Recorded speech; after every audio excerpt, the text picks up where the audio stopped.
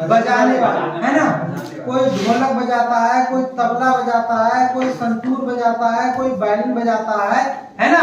उनके कलाकार पूछने का चलन किसमें है? पेपर में, है ना। तभी तुम यहाँ पढ़ रहे हो।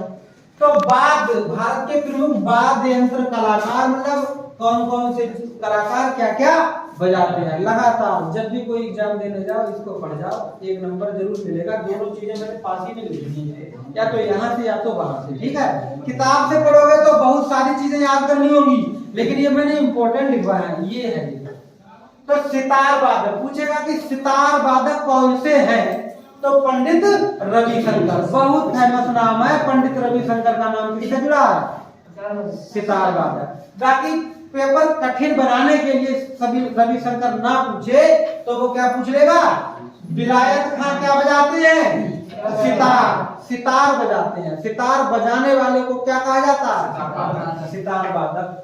उमा शंकर मिश्र भी सितार बजाते हैं, निखिल बनर्जी भी क्या बजाते हैं? अच्छा, शहनाई वादक की जब भी बात होगी, किसकी बात होगी?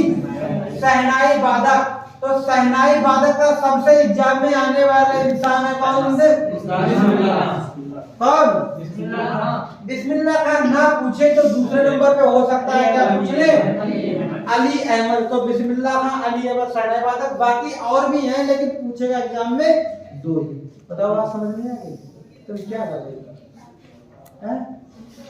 अच्छा, बांसुरी वादक, बांसुरी बजाने वाले को क्या कहते हैं? बांसुरी वादक। बांसुरी बजाते नहीं है? हरिप्रसाद चौरसिया। कौन है? हरिप्रसाद चौरसिया। हाँ, तो समझ में आ गई तुम्हारी बात, है ना? ठीक है। तो भारत के प्रमुख वाद्य यंत्र पूछे तो सितार वादक में ये पहला नंबर बहुत इंपॉर्टेंट, रविशंकर। और शहनाई वादक में बिस्मिल्लाह खां, बहुत इंपॉर्टेंट, अली अहमद। और क्वेश्चन कठिन बना दे तब अली अहमद पूछ सकता है, वैसे नहीं। बांसुरी बजाने वाले को क्या कहते हैं? बांसुरी वादक। बांसुरी वादक में सबसे फेमस नाम कौन सा? कहाँ है? कहाँ है? तुम्हारा तो इधर ही है, पीछे वालों का नहीं। बांसुरी वादक हरिप्रसाद चौरसिया, एक ही याद कर लेना, हरिप्रसाद चौरसिया बांसुरी वादक। बाकी पूछ सकता है पन्नालाल घोष और राजेंद्र प्रसन्ना। तबला वादक की अगर मैं बात करूं तो सबसे फेमस नाम कौन है? जाकिर हुसैन। अब तबला का समझो जनक भी जाकिर हुसैन है, लेकिन फिर तुम्हें एग्जाम में मतलब बहकाने के लिए, जटिल बनाने के लिए पूछ सकता है कौन? अल्लाह रखा, लतीफ खां और फयाज खां, है ना। लेकिन मेन कौन है? सरोद वादक में बहुत फेमस नाम है अमजद अली। कौन है? तो अमजद अली याद रखना। सरोद वादक में अमजद अली। अली अकबर खां याद कर लेना। जलील दारू वाला, ये तो याद ही रहेगा, क्यों? नाम ही थोड़ा अजीब है। सरोद वादक अमजद अली, अली अकबर और जलील। संतूर वादक एक ही नाम है, कहते छोड़ना नहीं है। संतूर वादक कौन है? ही आना है, इसमें थोड़ा कंफ्यूज मत हो जाना। रविशंकर सितार वादक और संतूर वादक शिव कुमार, थोड़ा एक ही जैसा है। वायलिन वादक डॉक्टर एन राजन, एक ही जैसा है। सितार वादक पंडित रविशंकर और संतूर वादक और शिव कुमार शर्मा। ये एक जैसे नाम की बात मुझे ध्यान आ गई। मैं एक जगह पढ़ाने जाता था होम ट्यूशन, तो उनके घर में वो बता रही थी कि घर में बहुत बड़ा परिवार है, तो एक घर के जो मुखिया है वही मतलब कपड़े लाते थे। पहले तो एक के थान में ही कटवा दिया करते थे पूरे घर के कपड़े, है नहीं है? एक पैंट का कपड़ा ले आया, एक शर्ट का कपड़ा ले आया, पूरे घर में जितने भाई हैं हाँ, तो वो या धोती मतलब जो साड़ी होती है वो 2 एक जैसी ले आए। अब वो उनके 3 लड़के, तो वो धोती अब एक जैसी है तो वो दोनों पहनी थी। अब उनके 3 लड़के मतलब जवानी थे, अब 4-5 साल का अंतर हो जाता है तो 30-35 पे क्या ध्यान रहता है नहीं है? तो वो अब दोनों एक ही जैसी धोती, तो वो दूसरी पहने हुई थी। अब वो पत्नी दूसरे की थी, अब वो उधर मुंह करे हुए थी, तो वो उनसे कह रही थी बात सुन रही, तो उन्होंने कहा अरे हम नहीं है, हम तो वो है। कंफ्यूजन हो जाती है एक जैसी चीजें। ऐसे ही अब पहले मुंह झांक के रखती थी, अब एक ही जैसी घुसी तो कौन पता करे कि अपनी बारी है कि उनकी है। हाँ ये है। तो ऐसे ही सितार वादक में रविशंकर और संतूर वादक में सिद्धनाथ। यहाँ पे संतूर और सितार एक जैसा और यहाँ पे शंकर और जैसे एक जैसा है ना, ध्यान रखना। वायलिन वादक डॉक्टर एन राजन और टीएन कृष्णन। इसमें थोड़ी सी ये प्रॉब्लम हो गई कि जे ज्यादा इंपॉर्टेंट है टीएन कृष्णन, तो ये पहले लिखना चाहिए था, है ना। डॉक्टर एन राजन बाद में। आगे आओ बीड़ा वादक। अरे बीड़ा बजाने वाली सरस्वती देवी थी। अब और भी लोग हैं, देखो बदरुद्दीन डगर। एक एग्जाम में आ चुका है कि बदरुद्दीन डगर का संबंध किससे है ना। अब तुमने पता लगा कि सितार वादक, शहनाई वादक, बांसुरी वादक, तबला वादक, 4 ऑप्शन तुम्हें ध्यान नहीं रहेगा बीड़ा वादक में, है ना।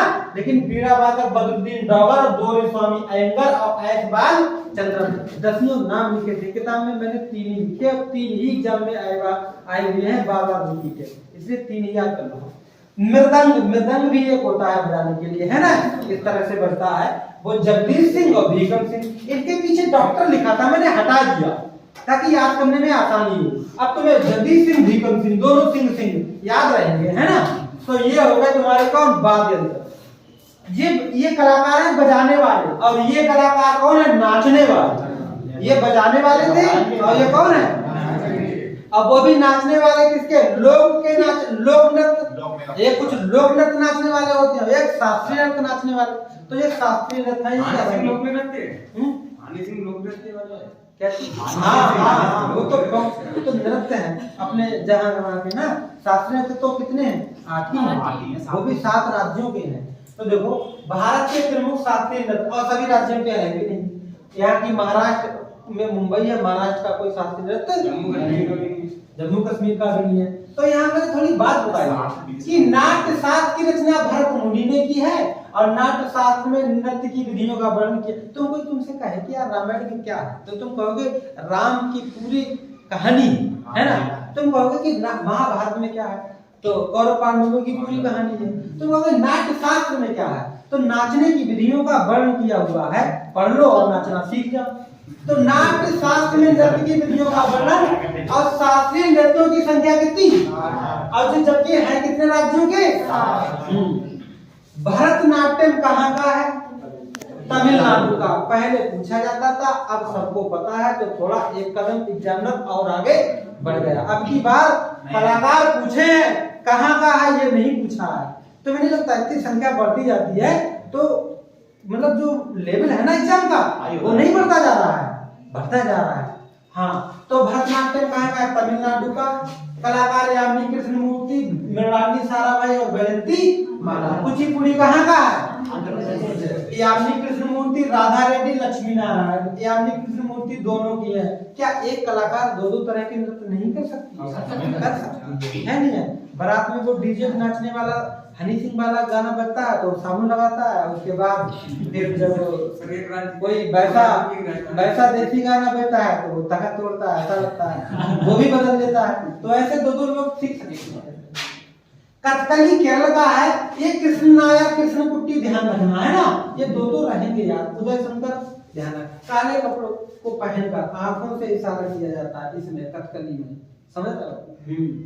मोहिनीअट्टम केरल का है, कहाँ का है, ये तो कभी भूलोगे नहीं, क्योंकि हेमा मालिनी श्रीदेवी ये मोहिनीअट्टम नृत्य करती थी। एक नाम और है, वो मैंने तुम्हें बताया नहीं, एग्जाम में आता नहीं है। जो मुकेश अंबानी की पत्नी कौन है, नीता अंबानी, वो भी मोहिनीअट्टम नृत्य करती थी। और मुकेश, सुना है मैंने ऐसा कि मुकेश अंबानी ने उनके नृत्य देख कर ही वो उन पर मोहित हुए थे, तभी शादी करी है, नहीं है। नीता अंबानी मोहिनीअट्टम की कलाकार है। हाँ, पुरुषों की सोच होती है ना, कोई पढ़ाई लिखाई देख लेता है, कोई पैसा देख लेता है कि यार बड़े घर की है, कोई रूप देख लेता है, कोई नजाकत देख लेता है, नहीं है। कुछ ना कुछ तो आदमी देखता है, कुछ ना कुछ तो देखता है। अरे मैंने बहुत सुंदर लड़कों को बहुत मतलब देखने में ना अच्छे है ना, और मैंने एक चांद जैसे टुकड़ा जिसका मुंह है उसको भी एक हाँ, जो आई नहीं थी फोटो में, सूत्र लिख रहे थे। हाँ हाँ ये बता कालिया कौन से मंदिर में तूने मन्नत मांगी? तो तभी उनके पास पैसा था ना, वो उसमें नीता अंबानी का बहुत नाम था, तो उनसे शादी हुई।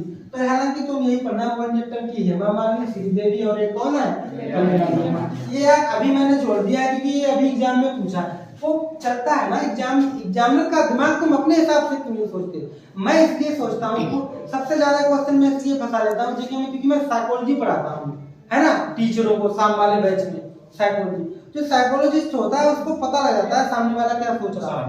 एग्जामिनर सोचेगा यार मैं क्यों दूं, मोहिनीअट्टम, हेमा मालिनी, श्रीदेवी सबको पता है, कोई और कोई कलाकार है या नहीं है, तो उसे लगता है कि ये है तो कल्याणी अम्मा ये दे दिया, पता नहीं था, लोगों का क्वेश्चन गलत हो गया, मैंने तुम्हें आज यहाँ लिखवा दिया। ठीक है, आगे देखो। मणिपुरी कहाँ का है? मणिपुर। इसमें मणि एग्जाम में आना ही आना है कि मणिपुरी तो मणिपुर का है, लेकिन कौन कलाकार है? कौन है वो? झावेरी। तुमने एक गाना नहीं देखा है, ताल से ताल मिला, वो सफेद कपड़े पहन के बारिश में लड़कियां नाचती हैं, तो ये 3 बहनें नृत्य करती हैं जो झावेरी बहनों के नाम से प्रसिद्ध है। मणिपुरी कई कलावती है, सत्ता मेहता नाम है इनका पूरा, सत्ता मेहता। ओडिसी, ओडिसी उड़ीसा का है। अच्छा तुम्हें लगता है कि मणिपुरी कहाँ का है? मणिपुर का ये पूछेगा कभी एग्जाम में? नहीं पूछेगा, जगमाने जब उल्टा पूछ लेगा। ओडिसी ओडिशा का नहीं पूछेगा, ये पूछेगा कि कौन कलाकार है? किरण सहगल और कालीचरण पटनायक। एक और पूछेगा, एक इंपॉर्टेंट बात पूछेगा कि निम्नलिखित शास्त्रीय नृत्यों में से कौन सा आराधना का नृत्य है? तो आराधना का नृत्य कौन सा है? ओडिसी। ये पूछने वाली बात है कि नहीं है? आराधना का कहीं पे लिख लेना। कथक आराधना क्या होता है? आराधना का मतलब है ये किसी, जैसे माना कि शंकर जी किसी को मनाने के लिए वो क्या करते हैं? तांडव करते नहीं करते? शंकर जी को मनाने के लिए तांडव, ऐसे कथक उत्तर प्रदेश का, ऐसे उत्तरी भारत का भी कहते हैं। पंडित बिरजू महाराज, लक्ष्मण महाराज और सितारा देवी 3 कलाकार। ये सबसे इम्पोर्टेंट लिखना। सत्रिया कहाँ का है? इसके जनक कौन है? शंकर देव। सबसे नवीनतम शास्त्रीय है, यानी अभी जल्दी में बना है, अभी जल्दी में बना है। बात समझ रहे हो? नहीं, नाट्यशास्त्र किताब है ना, आप इसमें जुड़ गया ये वाला। हाँ, नाट्यशास्त्र तो एक बुक है जिसमें नृत्य की विधियों का वर्णन है। हाँ, तो ठीक है।